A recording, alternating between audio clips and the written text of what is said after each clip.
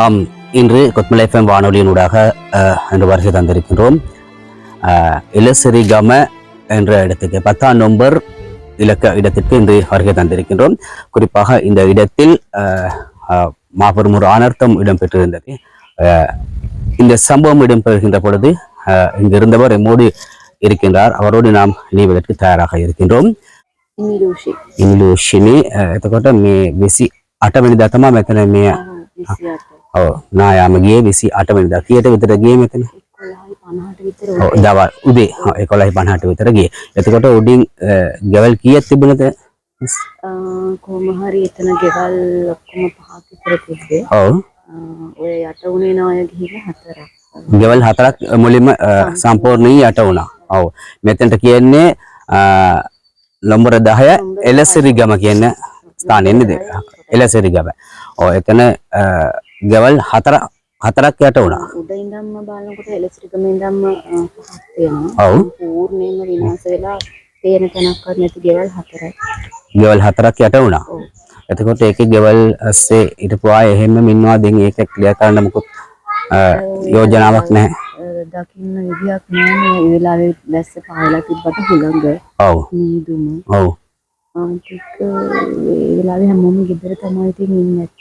ඔතන ළඟම තියෙන ගේ ඔයාලගේ තමයි පළමු එකට මේවා මේ වෙනදී බලාගෙන හිටියේ. බබාලා දෙන්න ඒ වෙලාවේ නිදි කරවලා මේ ලොකු බබාත් එක්ක මම කතා කර හිටියේ ඉස්සරහා. ඔව්. මට එකපාරටම නිකන් අර ෆයිට් එකක් ප්ලෑන් කරන සද්දයක් වගේ තමයි එන්නේ. මම ඇත්තටම හිතුවේ මේ ගෙවල් වලට උඩින් කන්දනේ උඩ මම හිතුවේ ගල් වෙනවා කියලා. මේ සද්දෙට මං කෑ ගහගෙන මේ බබාලා දෙන්නව නිදාගෙන හිට බබාලා දෙනවා එළියට අරගෙන ලොකු බබාටත් අන්න ගහලා එළියට එනකොටම තමයි මම දැක්කේ අර මට පේනනේ අර වත්තේ තියෙන්නේ. ඔව් ඒක තියෙන්නේ එතන. හරි. ඔව්. එනවා. ඔව් අර හරි. ඔව් මං ඇත්තටම හිතුවේ මේ ඒ පස්සේ ඒ හරිය නා යනවා කියලා. මම යාරට ඇවිල්ලා බලනකොට තමයි එතකොට දෙන්න තියෙන හැම දෙයක්ම වෙලා ඉවරයි. සම්පූර්ණයෙන්ම උඩින් ඇවිල්ලා අර මේ ඒ කන්දේ වැදිලා ආය ආපස්සට ආව සද්ද තමයි මට ඇහිලා තියෙන්නේ දැකලා තියෙන්නේ. ඔව් එතකොට යාළගේ නේද කට්ටිය එහෙම ආවිල්ලා හොයවද මොකද්ද මෙතන උනේ? ඒ දවස් ආරංචි වෙච්ච ගමන්ම හැමෝම ආවා. ලොකු අම්මුදරෝ ඔය හැමෝම ආවා. මුස්ලිම් අය ගොඩක් උදව්ට ආවා හැමෝම ආවා. ඒ වෙලාවේ ඉඳන් මේ වෙනකම් කවුරුවත් අමතක කරේ නැහැ ඉතින් ආපහු හැමෝම එමුම ආවා ඔයාලත් එක්ක හිටපු අය දැන් දකින්නවත් නෑ එයාලගේ අවසන් කටයුතු ටික කරගන්නත් බැරිව තමයි අද වෙනකම් ඉන්නේ එහෙම නේද? ඔව් එයාලගේ පහන්ස කෝලේ දුන්නා. ඔව්. හත් දවසේ බණ කියලා පන්සලේ දාන හත් දවසේ දුන්න පන්සලේ. ඔව්. පන්සලේ තමයි දැන් ගොඩක් අය අවතන්නලා ඒ පන්සලේ ඉන්නවා. ඒකට වෙලම්බඩ මුස්ලිම් විද්‍යාලයේ ඉන්නවා. දවස් දෙකක් විතර යනකම් එහා පැත්තේ නාය ගිය කොටසට එහා පැත්තේ හිටපු අය හිර වෙලා හිටිය ගන්න විදියක් තිබුණා. ඔව්. ඊට පස්සේ ලොකු හාමුදුරුවෝ යාමිකයි පොලිසියයි මුස්ලිම් අය අපේ සිංහල හැමෝම එක කියලා එයාලා කොහොම හරි මුදාගෙන මුස්ලිම් විද්‍යාලයට අරන් ගියා. ඔව්.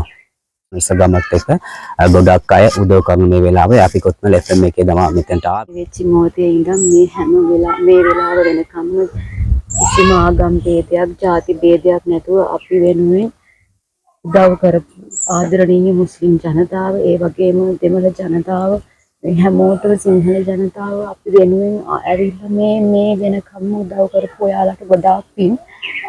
ඒක කවදාවත් අමතක වෙන්නේ නැහැ. ගම්මානේ නායකය දැනට යහ පැත්තකින් ඉන්නේ. ගෙදර ගෙවල් තියෙන්නේ. අපේ ඉඩ කඩම් ඔක්කොම ඉවරයි. ඉතින් පවුල් හතරක් එහෙම් පිටින්ම මිනිස්සුත් එක්කම එයාට වෙලා ගියා. එතකොට අපට උදව් කරේ හාමුදුරුවෝ තමයි අපිව මෙහෙට ගෙන්නලා මෙහෙන් තමයි අපිට උදව් කරන්නේ. දැනටත් හාමුදුරන්ගේ අඳුරන අය විසක්ක රජෙන් අපිට කිසිම තාම මේව එකක් හම්බුනේ නැහැ. ඉතින් මේ අපි කියන්නේ අපිට දැන් ඇත්තටම මේ ගමේ ගිහිලා අපිට ආයේ ජීවත් වෙන්න බෑ. අපිට ඉන්න තැන මොනවාරි කරලා දෙන්න කියලා තමයි අපි ඉල්ලන්නේ. ඉතින් ළමයි සෑහෙන පිටිසක් ඉන්නවා. පවුල් 30ක් විතර ඉන්නවා මේ ගමේ. පවුල් හතරක්ම එහෙම පවුල් පිටින්ම ඉවරයි. ඉතින් මේ පාරක්කුත් තොටකුත් කිසිම දෙයක් නැහැ. මේ ඔක්කොම ලැබෙන්නේ හාමුදුරන්ගේ මාර්ගයේ හාමුදුරන් අය අඳුරන අය අපි අඳුරන අය එහෙම තමයි මේ එලසිටික මේ ATR 25 ගම්මානේ කට්ටිය තමයි ගොඩක් අපට උදව් කරන්නේ. උදව් කරන්නේ. ඒකට ඔයාලට අඩපාඩුවක් දෙයක් තියනවද මෙහෙ කොහමද? නෑ හොඳට දැනට මේව කරනවා. ඉතින් දව ටිකක් අපේ හාමුදුරන්ට ශක්තියක් වෙන්න මොනවාරි උදව්වක් කරන්න කියලා තමයි අපි ප්‍රාර්ථනා කරනවා. ඒ වගේම ඔයාලට ඉඩමක් තමයි දෙන අය අත්‍යවශ්‍ය වෙන්නේ ඉඩමක්. ඔව් ඉඩමක් ඕනේ ගයක් අදා ගන්න පුළුවන් වෙන්න ඕනේ. එහෙම දැන් තමයි ඕනේ. අවිසුමර එලසිරි ගම නොම්බර 10 ජනපදයේ අපි පැත්ත සම්පූර්ණ නායකලා තියෙන්නේ. ඊට පස්සේ හැම දෙයක්ම පන්සලේ හාමුදුරුවෝ අපි උදව් කරන්නේ. දෙවි කෙනෙක් වගේ. අපි ආඩු වෙන තාම කිසිම දෙයක් අපිට දුන්නේ නැහැ. මේ වෙනකම්ම හාමුදුරුවෝම හැම දෙයක්ම කරන්නේ අපිව ගිහිල්ලා ගෙනලා දාලා හැමදේම කරන්නේ තුන්ගිලම කන්ට මොට්ටු ගිහලා දීලා එතන අපේ නංගි පුතත් නැති වුණා. එයා ගොඩ ගන්න බැරි වුණා. ඒ දුකට දවස් 4 පස්සේ අම්මත් නැති වුණා. ඔයාලගේ අම්මයි මගේ අම්මත් නැති වුණා. අම්මත් නැති වුණා ඒක. ඊට පස්සේ අම්මා ඔක්කොම බුමුදානි කරේ හාමුදුරුවෝ මාර්ගයේ ඔක්කොම පාසලේ තියලා. හැම දෙයක්ම පාසලේ දාලා කරේ. ඉතින් හාමුදුරුවෝ හැම දෙයක්ම උදව් කරන්නේ. ආන්දරේන කිසිම දෙයක් වුණේ නැහැ. අපිට අපේ ගමට යන්න බෑ.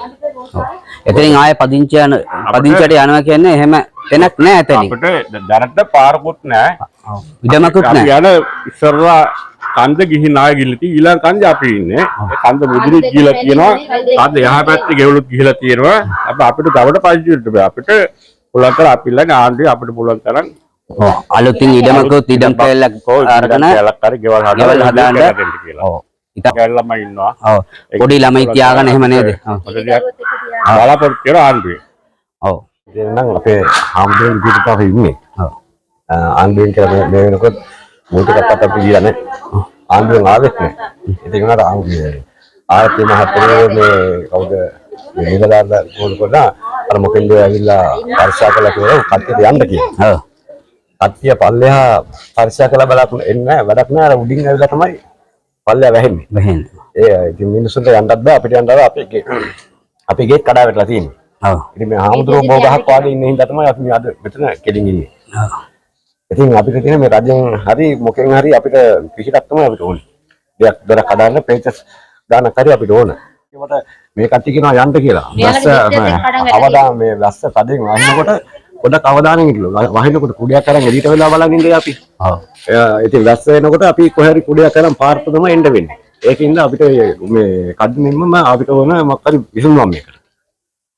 දැන් අපි ඒක තමයි බලාපොරොත්තු වෙලා ඉන්නේ. ඒ වරින්ට අපි කිසිම දෙයක් අපිට ගයක් හදාගන්න කොතන හරි අනිවාර්යයෙන්ම අපි මේ කොත්මල් FM එක තමයි අද මේ රෙදි සිටින්නේ. දැන් ඔය ඉන්න අපි ඉඳපු ප්‍රදේශයේ වුණත් අපිට කිසිම එක සද්දයක් යහවි විනාඩියට අර සේරම සමතල වෙලා ගියා.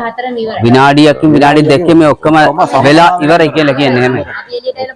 ඔක්කොම වැහිලා ගිලා අර මරණ මේ ගෙවල් ටිකක් යට වෙලා එක මිනිස්සෙක්වත් පේන්න හිටියේ නැහැ. එක්කෙනෙක් තමයි ජීවත් වෙලා හිටියේ කකුල කඩාගෙන. අර කිලෝමීටරයක් විතර උඩ ඉඳන් තිබිච්ච පස්කන්ධ සේරම ගන්න පල්ලෙහා දාලා තියෙනවා. මීටර් 300 උඩින් ඉඳලා මීටර් 300ක විතර පල්ලමක ආවිල්ලා තියෙනනේ. පල්ලෙහාට ඇවිල්ලා පල්ලයට ආවිල්ලා. දලන්ත පස්කොඩක් කියලා පල්ලෙහාට වහලා දාලා තියෙනවා. ඔව් මං ගිහිල්ලා බැලුවා. යන්න බෑනේ කිව්වා. දානම් මේ තත් වෙන අපි දැන් අද වයි හෙට වයි කියලා කියනවා අපි පාරේ ගිහලා කුඩයක් අල්ලගෙන ඉන්නේ. ඉතින් ඒකෙන්ද අපි උඩ මේ පොඩ්ඩක් මේ දවස් දෙක තුන බලලා යන්න තමයි ඉන්නේ. හරි බොහොම ස්තුතියි. මම ලැබෙන්නේ දන්න තාම අපේ පවුල් 35ක් ඉන්නවා. දැන් පවුල් පහක් අයින් කළගෙන අවදාන නැහැ කියලා. ඒකෙන්ද අපිට ඒ අවදාන නැහැ කියලා අවදාන තියෙන පස්සේ පවුල් පහක් තව පවුල් 30ක් ඉන්නවා තව. මේ තාම මොනවත් නැහැ අපිට රජෙන් කියලා වතුර බෝතලයක් ලැබිලා නැහැ අපිට. අත්‍යවශ්‍ය කරා. අපේ පන්සලේ ආඳුන නැත්නම් අපිට කන්නවත් නැහැ. தற்பொழுது இந்த பன்சாலையிலே தங்கி வசித்து கொண்டிருக்கின்றார்கள். இந்த குடும்பத்தைச் சேர்ந்த இவர்களுடைய குடும்பத்திலே இருக்கக்கூடிய சகோதரன் குடும்பம் முழுமையாக அந்த மண்ணுக்குள் புதை வேண்டியிருக்கின்றது. இவர்களுக்கு இந்த நேரத்திலே ஒரு விடயத்தை கதைக்க சொன்னால் கூட அவர்கள் கதைப்பதற்கு கூடிய அந்த அளவு மனமில்லாமல் நொந்து போயிருக்கக்கூடியவர்களாக இருக்கின்றார்கள். இவர்களுக்கு தற்போதைய நிலைமையை கருத்தில் கொண்டு இவர்களுக்கு முழுமையாக எந்த ஒரு இடமும் இல்லை. முழுமையாக இவர்கள் பன்சாலையில் தங்கி இருக்கின்றார்கள்.